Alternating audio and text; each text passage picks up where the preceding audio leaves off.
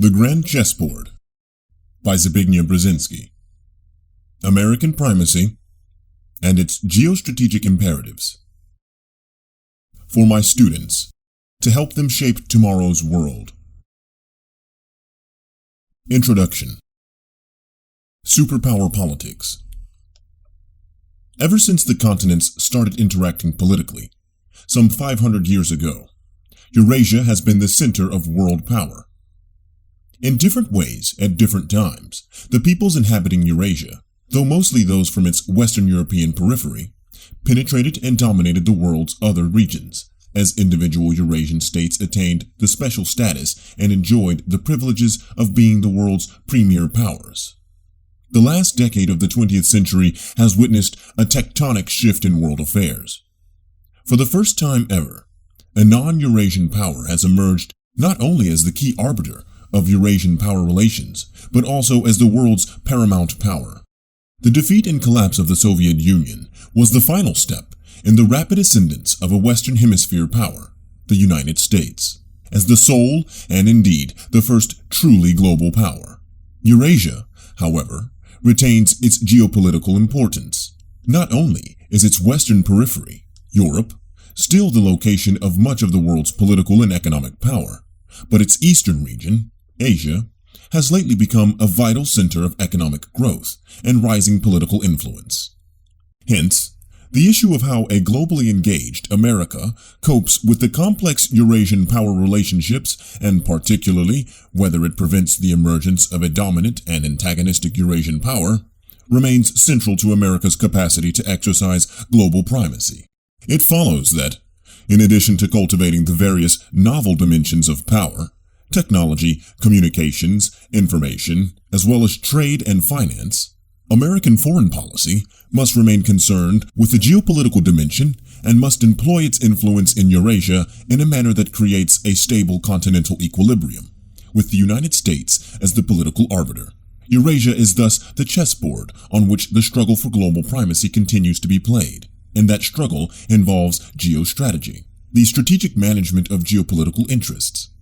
It is noteworthy that as recently as 1940, two aspirants to global power, Adolf Hitler and Joseph Stalin, agreed explicitly, in the secret negotiations of November that year, that America should be excluded from Eurasia.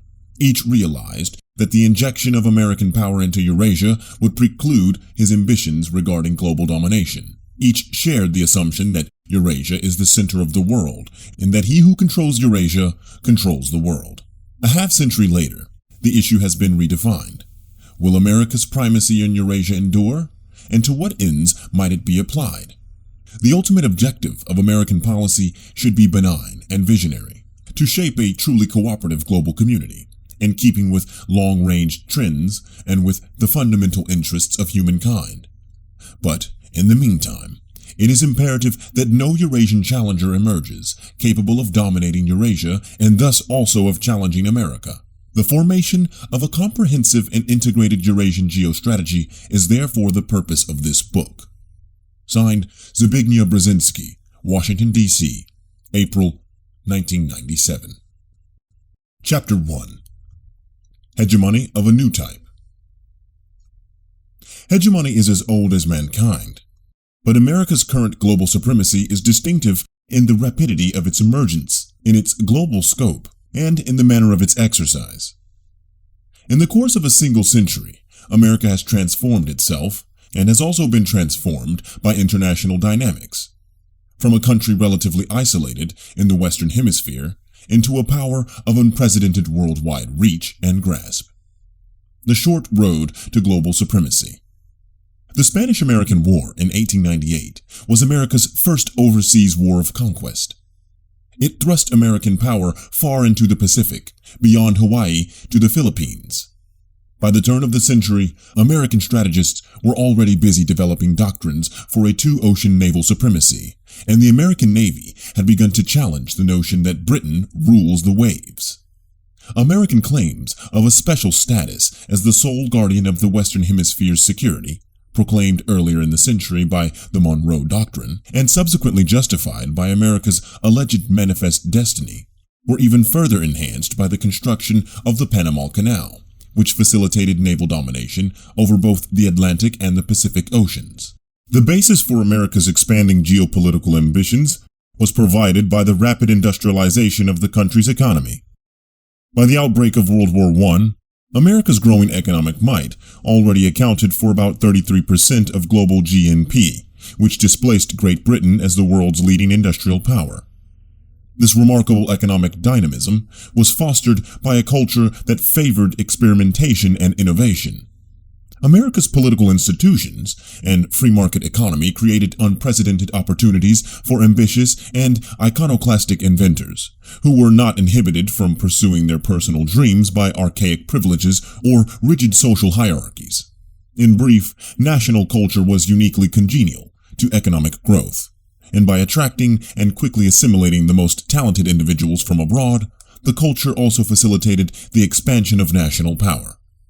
World War I provided the first occasion for the massive projection of American military force into Europe, and heretofore relatively isolated power promptly transported several 100,000 of its troops across the Atlantic, a transoceanic military expedition unprecedented in its size and scope, which signaled the emergence of a new major player in the international arena. Just as important, the war also prompted the first major American diplomatic effort to apply American principles in seeking a solution to Europe's international problems. Woodrow Wilson's famous 14 points represented the injection into European geopolitics of American idealism, reinforced by American might. A decade and a half earlier, the United States had played a leading role in settling a Far Eastern conflict between Russia and Japan, thereby also asserting its growing international stature. The fusion of American idealism and American power thus made itself fully felt on the world scene. Strictly speaking, however, World War I was still predominantly a European war, not a global one. But its self-destructive character marked the beginning of the end of Europe's political, economic, and cultural preponderance over the rest of the world. In the course of the war, no single European power was able to prevail decisively, and the war's outcome was heavily influenced by the entrance into the conflict of the rising non-European power, America. Thereafter, Europe would become increasingly the object rather than the subject of global power politics. However, this brief burst of American global leadership did not produce a continuing American engagement in world affairs. Instead, America quickly retreated into a self-gratifying combination of isolationism and idealism. Although by the mid-20s and early 30s, totalitarianism was gathering strength on the European continent, American power, by then including a powerful two-ocean fleet that clearly outmatched the British Navy, remained disengaged. Americans preferred to be bystanders to global politics.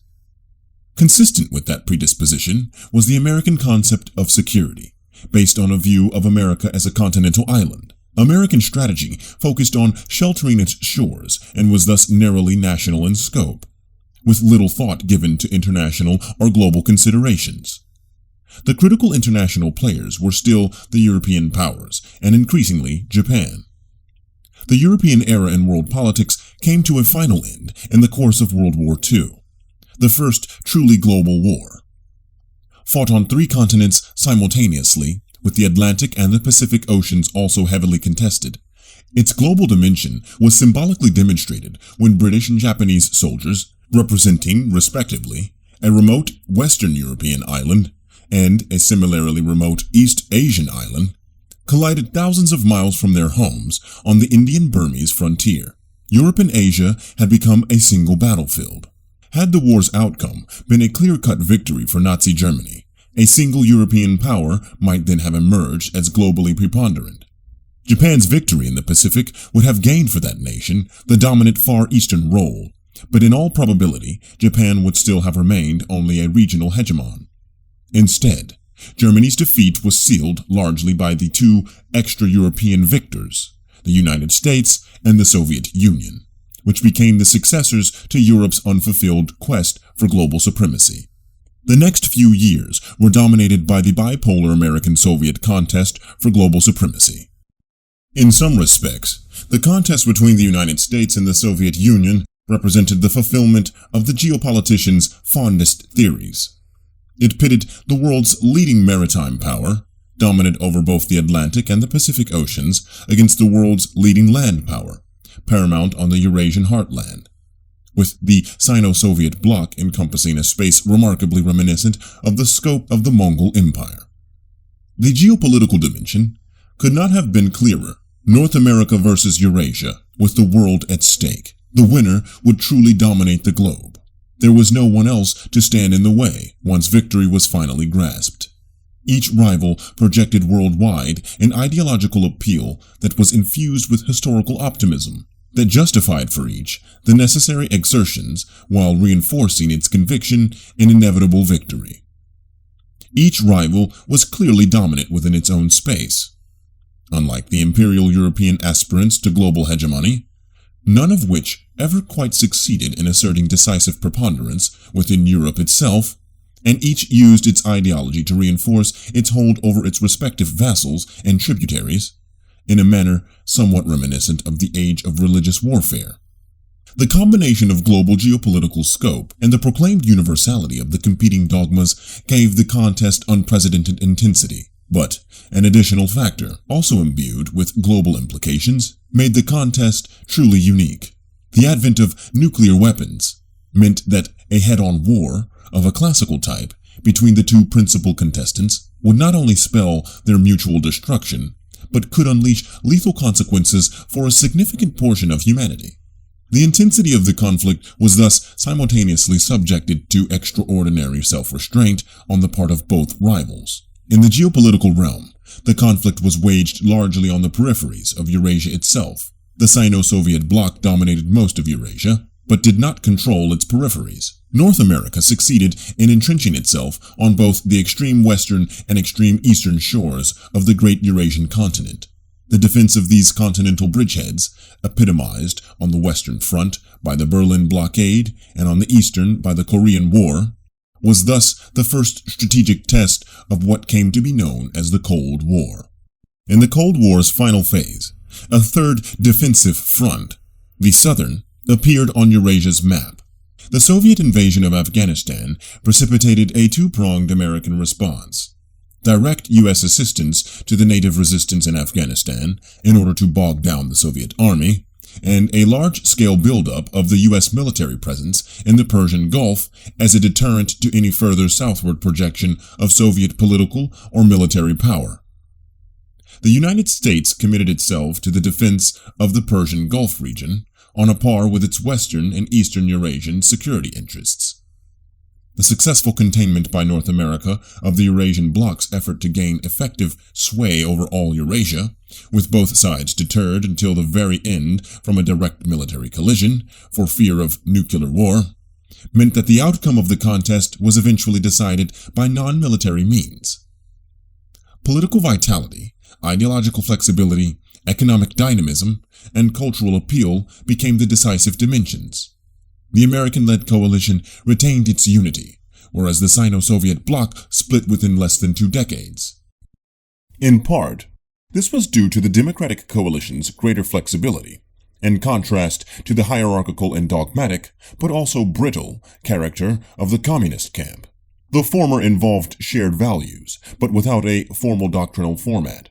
The latter emphasized dogmatic orthodoxy, with only one valid interpretive center. America's principal vassals were also significantly weaker than America, whereas the Soviet Union could not indefinitely treat China as a subordinate. The outcome was also due to the fact that the American side proved to be economically and technologically much more dynamic, whereas the Soviet Union gradually stagnated and could not effectively compete either in economic growth or in military technology. Economic decay in turn fostered ideological demoralization. In fact, Soviet military power, and the fear it inspired among Westerners, for a long time obscured the essential asymmetry between the two contestants. America was simply much richer, technologically much more advanced, militarily more resilient and innovative, socially more creative and appealing. Ideological constraints also sapped the creative potential of the Soviet Union, making its system increasingly rigid and its economy increasingly wasteful and technologically less competitive. As long as a mutually destructive war did not break out, in protracted competition, the scales had to tip eventually in America's favor. The final outcome was also significantly influenced by cultural considerations. The American-led coalition, by and large, accepted as positive many attributes of America's political and social culture. America's two most important allies on the western and eastern peripheries of the Eurasian continent, Germany and Japan, both recovered their economic health in the context of almost unbridled admiration for all things American. America was widely perceived as representing the future, as a society worthy of admiration and deserving of emulation. In contrast, Russia was held in cultural contempt by most of its Central European vassals, and even more so by its principal and increasingly assertive Eastern ally, China. For the Central Europeans, Russian domination meant isolation from what the Central Europeans considered their philosophical and cultural home, Western Europe and its Christian religious traditions. Worse than that, it meant domination by a people whom the Central Europeans, often unjustly, considered their cultural inferior. The Chinese, for whom the word Russian means the hungry land, were even more openly contemptuous.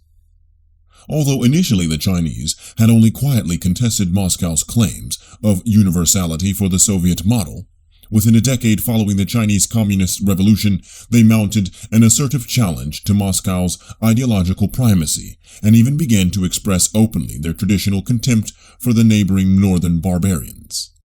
Finally, within the Soviet Union itself, the 50% of the population that was non-Russian eventually also rejected Moscow's domination.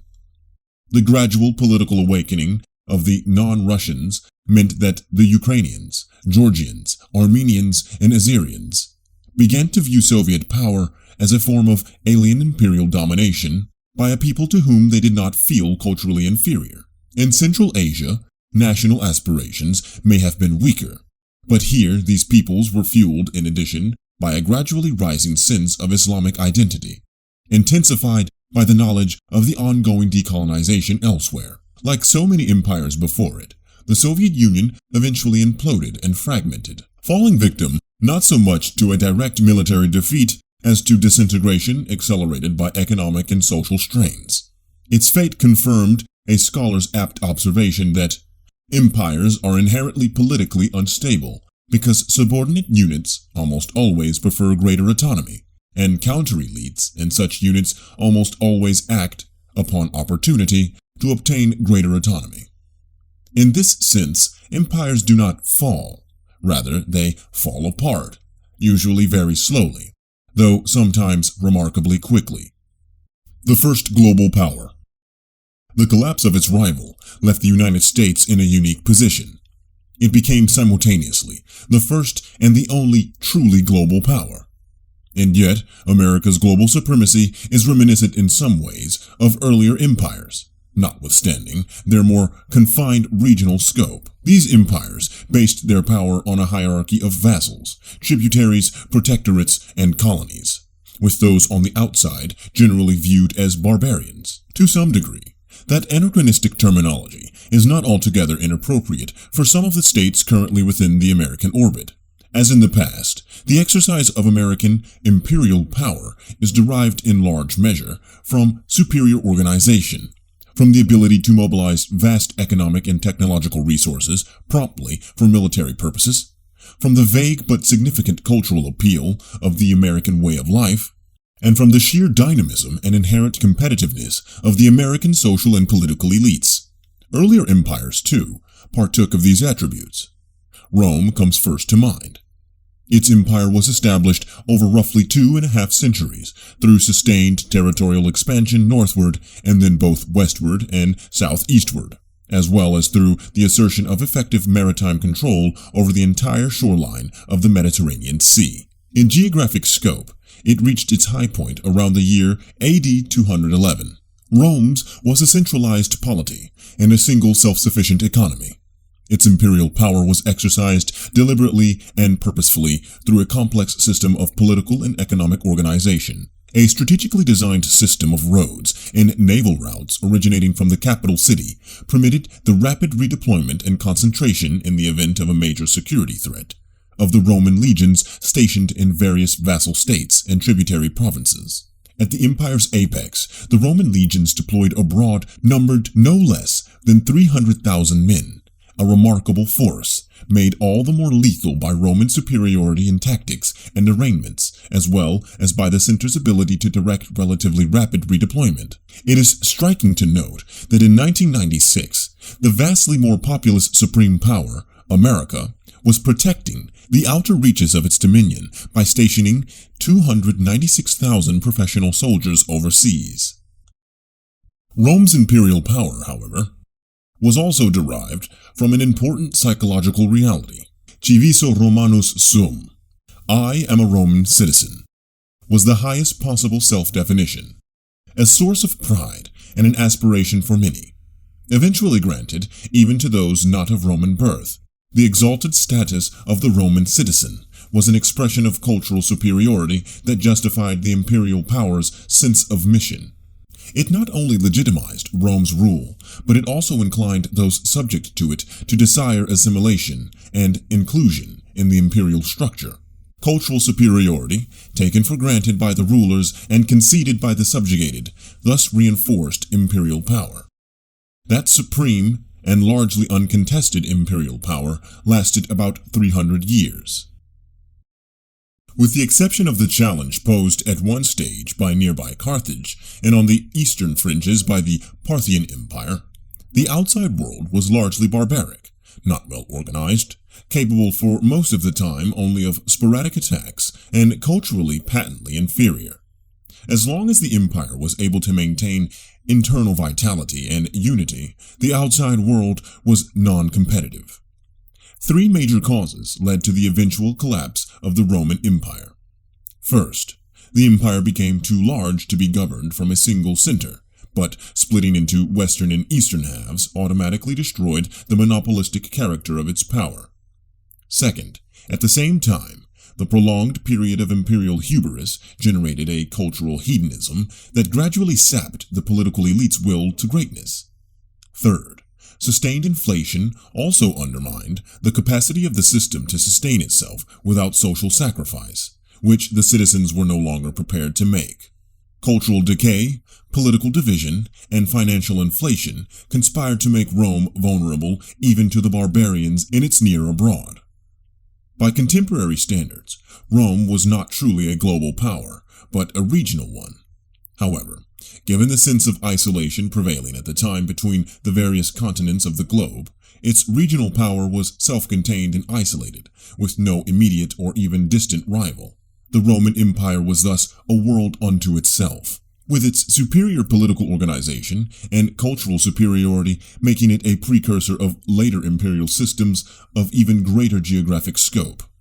Even so, the Roman Empire was not unique. The Roman and the Chinese empires emerged almost contemporaneously, though neither was aware of the other. By the year 221 BC, the time of the Punic Wars between Rome and Carthage, the unification by Qin of the existing 7 states into the First Chinese Empire had prompted the construction of the Great Wall in northern China to seal off the inner kingdom from the barbarian world beyond. The subsequent Han Empire, which had started to emerge by 140 BC, was even more impressive in scope and organization. By the onset of the Christian era, no fewer than 57 million people were subject to its authority. That huge number, itself unprecedented, testified to extraordinarily effective central control exercised through a centralized and punitive bureaucracy.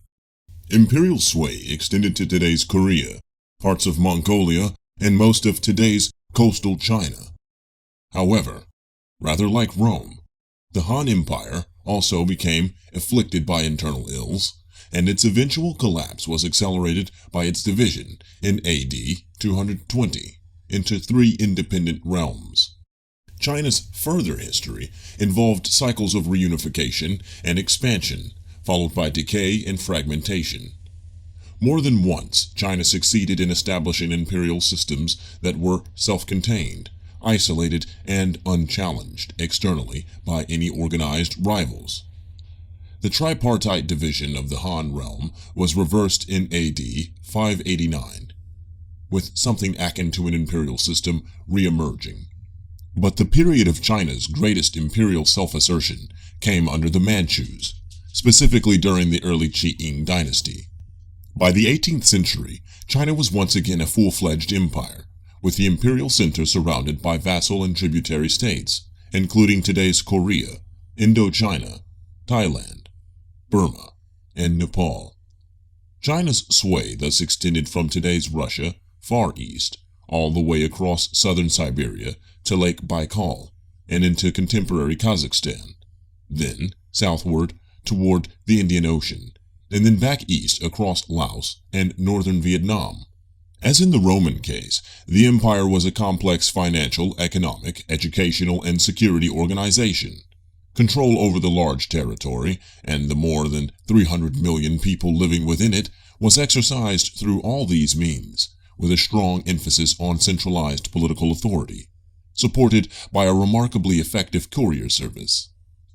The entire empire was demarcated into 4 zones, radiating from Peking and delimiting areas that could be reached by courier within 1 week, 2 weeks, 3 weeks, and 4 weeks, respectively.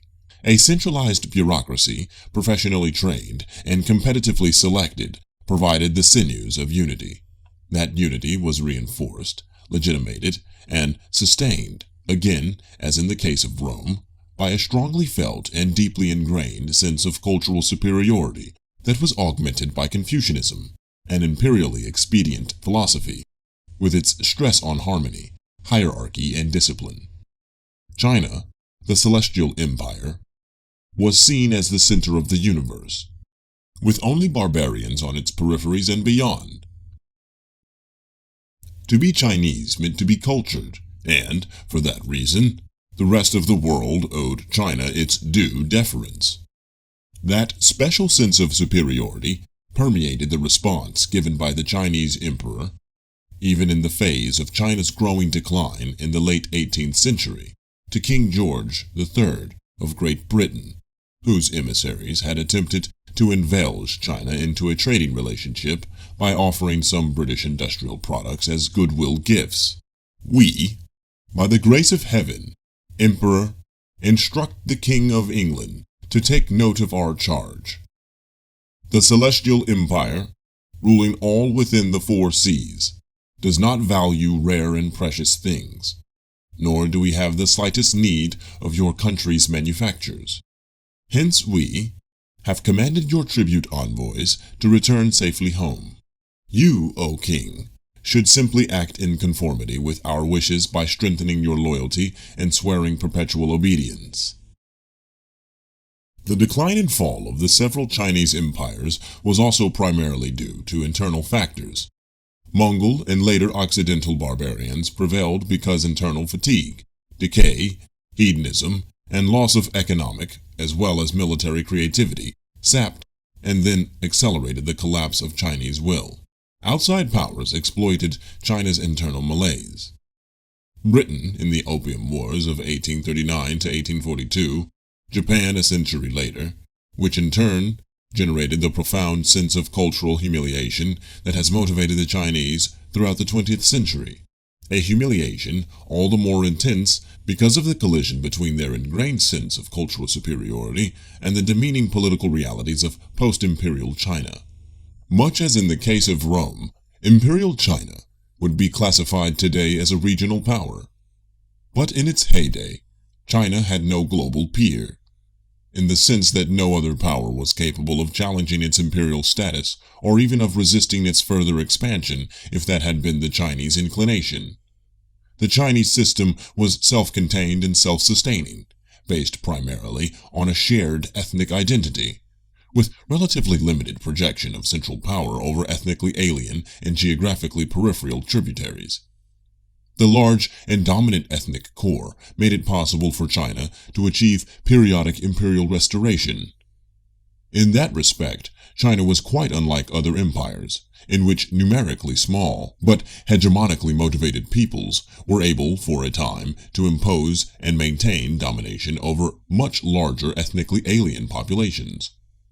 However, once the domination of such small core empires was undermined, imperial restoration was out of the question. To find a somewhat closer analogy to today's definition of a global power, we must turn to the remarkable phenomena of the Mongol Empire. Its emergence was achieved through an intense struggle with major and well-organized opponents. Among those defeated were the kingdoms of Poland and Hungary, the forces of the Holy Roman Empire, several Russian and Rus principalities, the Caliphate of Baghdad, and later, even the Sung dynasty of China. Genghis Khan and his successors, by defeating their regional rivals, established centralized control over the territory that latter-day scholars of geopolitics have identified as the global heartland, or the pivot for world power. Their Eurasian continental empire ranged from the shores of the China Sea to Anatolia in Asia Minor, and to Central Europe. It was not until the heyday of the Stalinist Sino-Soviet bloc that the Mongol Empire on the Eurasian continent was finally matched, insofar as the scope of centralized control over contiguous territory is concerned. The Roman, Chinese, and Mongol empires were regional precursors of subsequent aspirants to global power. In the case of Rome and China, as already noted, their imperial structures were highly developed, both politically and economically, while the widespread acceptance of the cultural superiority of the center exercised an important cementing role. In contrast, the Mongol Empire sustained political control by relying most directly on military conquest, followed by adaptation, and even assimilation, to local conditions. Mongol imperial power was largely based on military domination, achieved through the brilliant and ruthless application of superior military tactics that combined a remarkable capacity for rapid movement of forces with their timely concentration. Mongol rule entailed no organized economic or financial system, nor was Mongol authority derived from any assertive sense of cultural superiority. The Mongol rulers were too thin numerically to represent a self-regenerating ruling class, and, in any case, the absence of a defined and self-conscious sense of cultural or even ethnic superiority deprived the imperial elite of the needed subjective confidence. In fact, the Mongol rulers proved quite susceptible to gradual assimilation by the often culturally more advanced peoples they had conquered. Thus, one of the grandsons of Genghis Khan, who had become the emperor of the Chinese part of the Great Khan's realm, became a fervent propagator of Confucianism.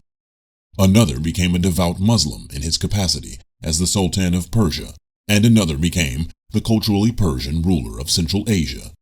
It was that factor, assimilation of the rulers by the ruled, because of the absence of a dominant political culture, as well as unresolved problems of succession to the Great Khan, who had founded the empire, that caused the empire's eventual demise. The Mongol realm had become too big to be governed from a single center. But the solution attempted, dividing the empire into several self-contained parts, promoted still more rapid local assimilation, and accelerated the imperial disintegration. After lasting 2 centuries, from 1206 to 1405, the world's largest land-based empire disappeared without a trace. Thereafter, Europe became both the focus of global power and the focus of the main struggles for global power. Indeed, in the course of approximately 3 centuries, the small northwestern periphery of the Eurasian continent attained, through the projection of maritime power, and for the first time ever, genuine global domination as European power reached and asserted itself on every continent of the globe. It is noteworthy that the Western European imperial hegemons were demographically not very numerous, especially when compared to the numbers effectively subjugated. Yet by the beginning of the 20th century, outside of the Western Hemisphere, which 2 centuries earlier had also been subject to Western European control, and which was inhabited predominantly by European immigrants and their descendants, only China, Russia, the Ottoman Empire, and Ethiopia were free of Western Europe's domination. However, Western European domination was not tantamount to the attainment of global power by Western Europe. The essential reality was that of Europe's civilizational, global supremacy, and of fragmented European continental power. Unlike the land conquest of the Eurasian heartland by the Mongols, or by the subsequent Russian Empire, European overseas imperialism was attained through ceaseless transoceanic exploration and the expansion of maritime trade. This process, however, also involved a continuous struggle among the leading European states, not only for the overseas dominions, but for hegemony within Europe itself. The geopolitically consequential fact was that Europe's global hegemony did not derive from hegemony in Europe by any single European power. Broadly speaking, until the middle of the 17th century, Spain was the paramount European power. By the late 15th century, it had also emerged as a major overseas imperial power, entertaining global ambitions. Religion served as a unifying doctrine and as a source of imperial missionary zeal. Indeed, it took papal arbitration between Spain and its maritime rival, Portugal, to codify a formal division of the world into Spanish and Portuguese colonial spheres in the treaties of Tordesillas, 1494, and Saragossa, 1529. Nonetheless, faced by English, French, and Dutch challenges, Spain was never able to assert genuine supremacy, either in Western Europe itself or across the oceans. Spain's preeminence gradually gave way to that of France. Until 1815, France was the dominant European power, though continuously checked by its European rivals, both on the continent and overseas. Under Napoleon, France came close to establishing true hegemony over Europe. Had it succeeded, it might have also gained the status of the dominant global power. However, its defeat by a European coalition re-established the continental balance of power. For the next century, until World War I, Great Britain exercised global maritime domination as London became the world's principal financial and trading center, and the British Navy ruled the waves. Great Britain was clearly paramount overseas, but like the earlier European aspirants to global hegemony, the British Empire could not single-handedly dominate Europe. Instead, Britain relied on an intricate balance of power diplomacy, and eventually on an Anglo-French entente to prevent continental domination by either Russia or Germany. The overseas British Empire was initially acquired through a combination of exploration, trade, and conquest. But much like its Roman and Chinese predecessors, or its French and Spanish rivals, it also derived a great deal of its staying power from the perception of British cultural superiority. That superiority was not only a matter of subjective arrogance on the part of the imperial ruling class, but was a perspective shared by many of the non-British subjects. In the words of South Africa's first black president, Nelson Mandela, quote, "I was brought up in a British school, and at the time, Britain was the home of everything that was best in the world. I have not discarded the influence which Britain and British history and culture exercised on us." Unquote.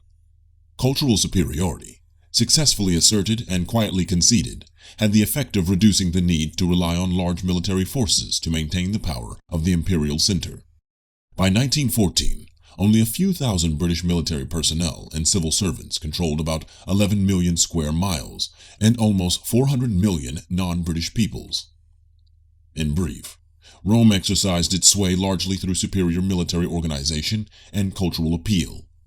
China relied heavily on an efficient bureaucracy to rule an empire based on shared ethnic identity, reinforcing its control through a highly developed sense of cultural superiority. The Mongol Empire combined advanced military tactics for conquest with an inclination toward assimilation as the basis for rule. The British, as well as the Spanish, Dutch, and French, gained preeminence as their flag followed their trade, their control likewise reinforced by superior military organization and cultural assertiveness. But none of these empires were truly global. Even Great Britain was not a truly global power. It did not control Europe, but only balanced it. A stable Europe was crucial to British international preeminence, and Europe's self-destruction inevitably marked the end of British primacy. In contrast, the scope and pervasiveness of American global power today are unique. Not only does the United States control all the world's oceans and seas, but it has developed an assertive military capability for amphibious shore control that enables it to project its power inland and politically significant ways. Its military legions are firmly perched on the western and eastern extremities of Eurasia, and they also control the Persian Gulf. American vassals and tributaries, some yearning to be embraced by even more formal ties to Washington, dot the entire Eurasian continent, as the map on page 22 shows. America's economic dynamism provides the necessary precondition for the exercise of global primacy. Initially, immediately after World War II, America's economy stood apart from all others, accounting alone for more than 50% of the world's GNP, gross national product.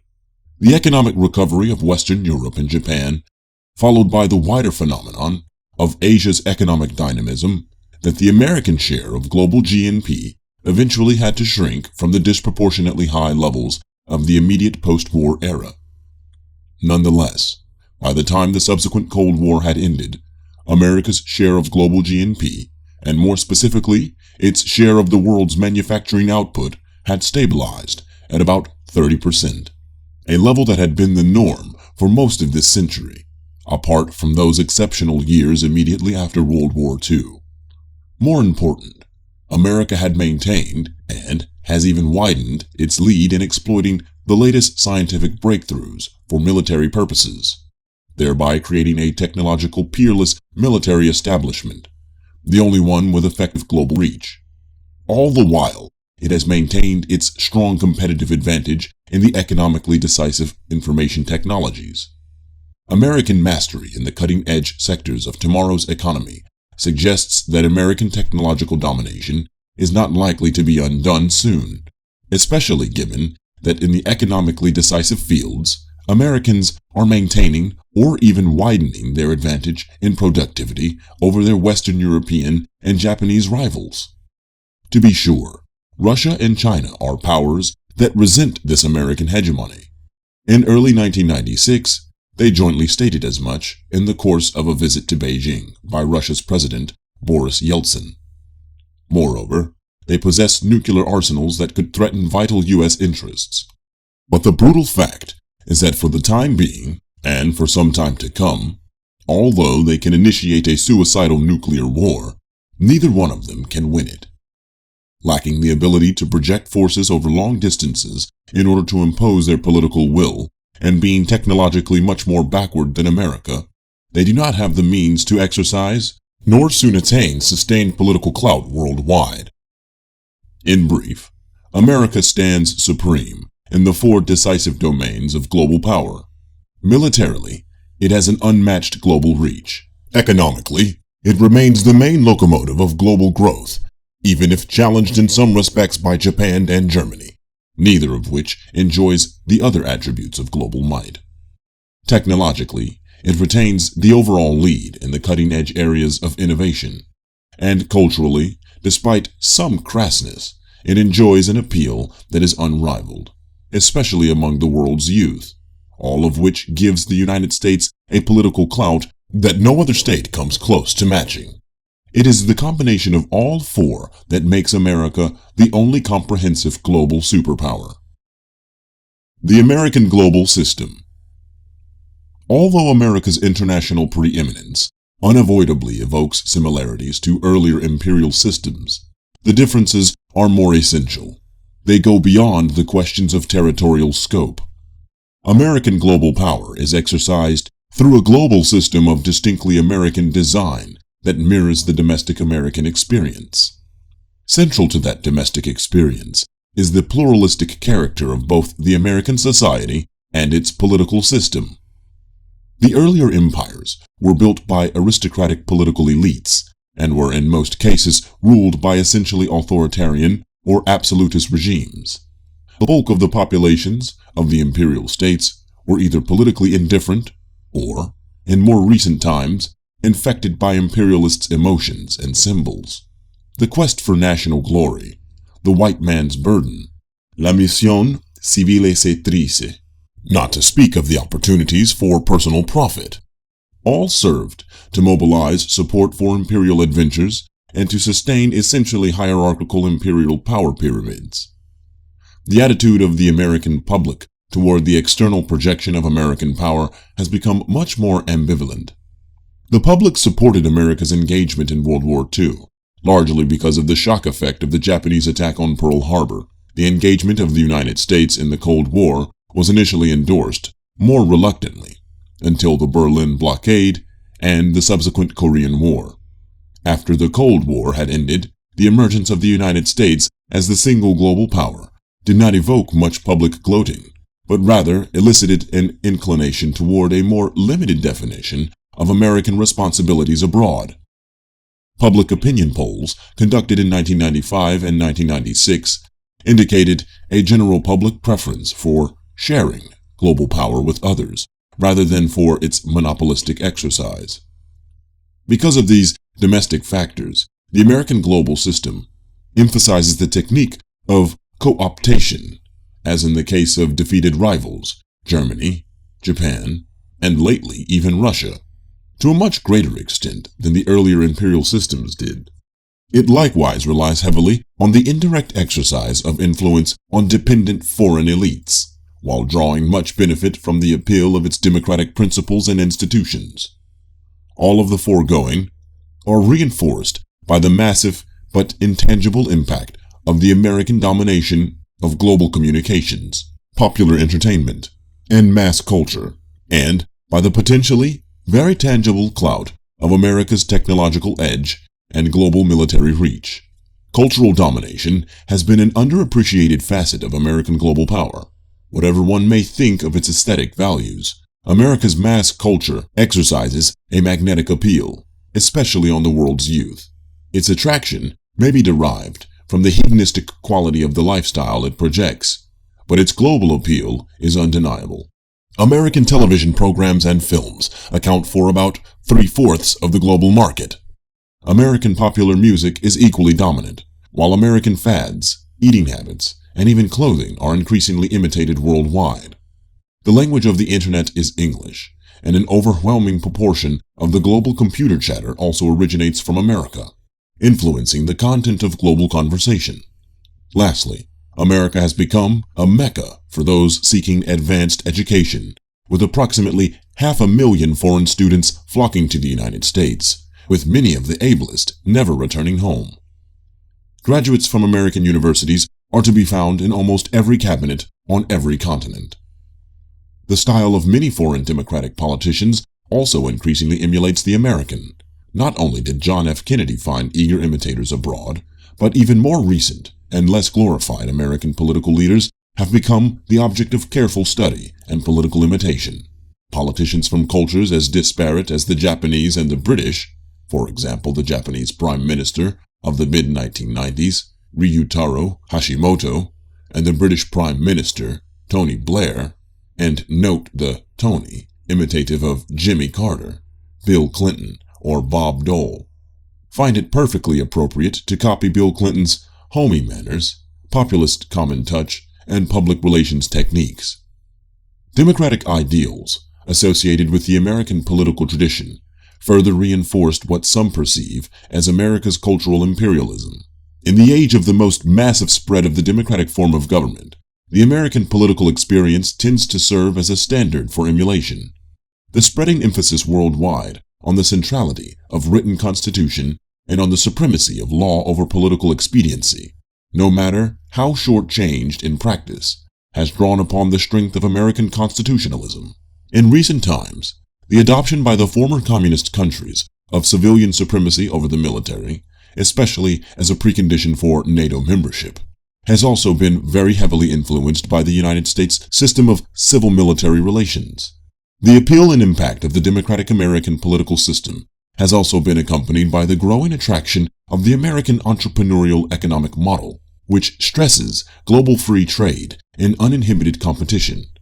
As the Western welfare state, including its German emphasis on co-determination between entrepreneurs and trade unions, begins to lose its economic momentum, more Europeans are voicing the opinion that the more competitive and even ruthless American economic culture has to be emulated if Europe is not to fall further behind.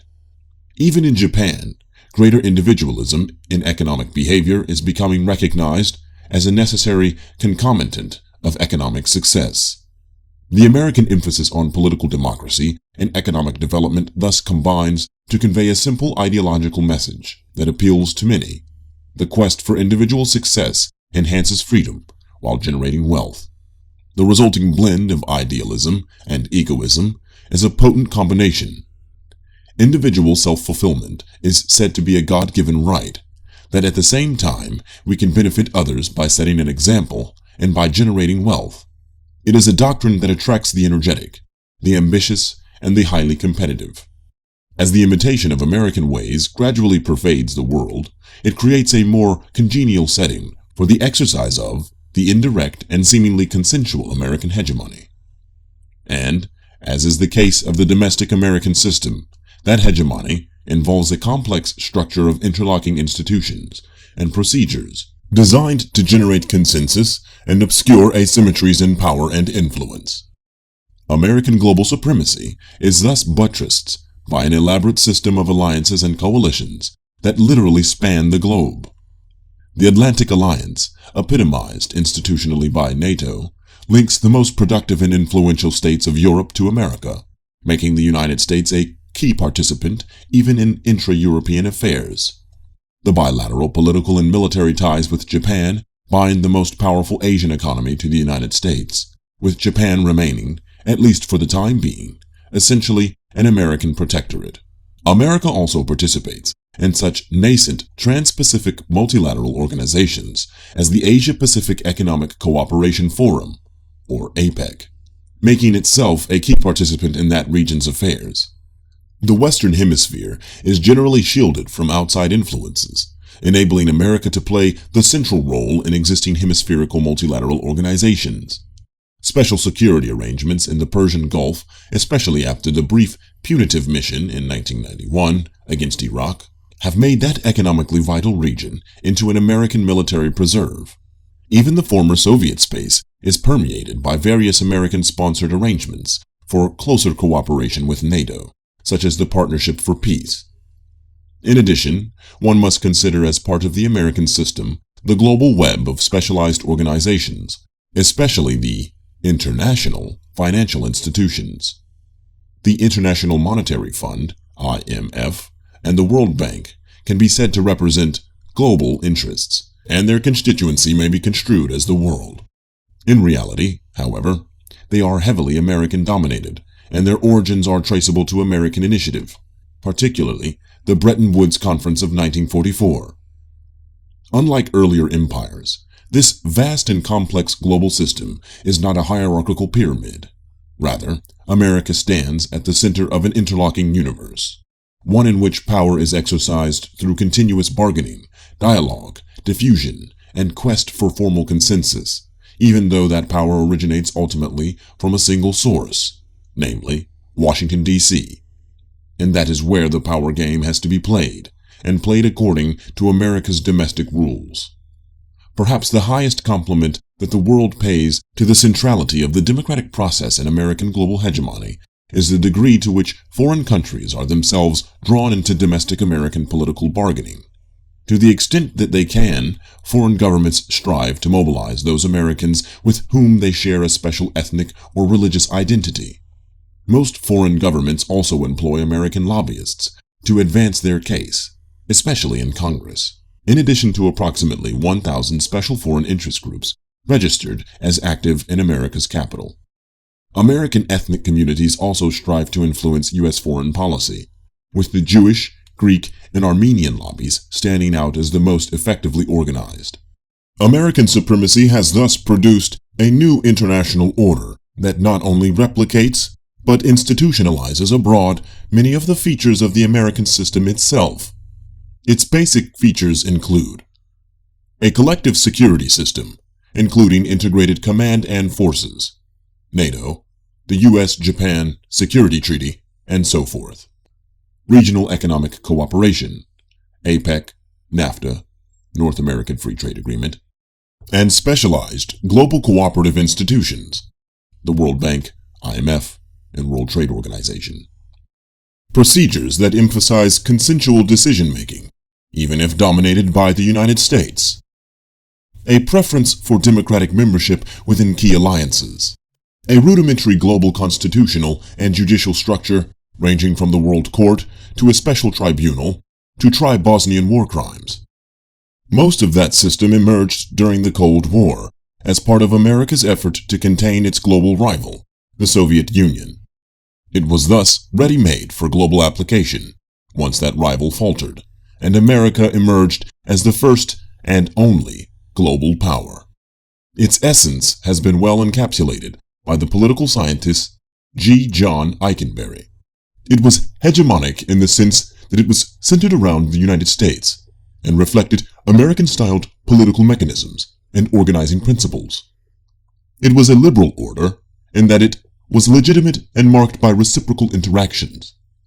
Europeans, one may also add the Japanese, were able to reconstruct and integrate their societies and economies in ways that were with American hegemony, but also with room to experiment with their own autonomous and semi-independent political systems. The evolution of this complex system served to domesticate relations among the major Western states. There have been tense conflicts between these states from time to time, but the important point is that conflict has been contained within a deeply embedded, stable, and increasingly articulated political order. The threat of war is off the table. Currently, this unprecedented American global hegemony has no rival, but will it remain unchallenged in the years to come? End of Chapter 1.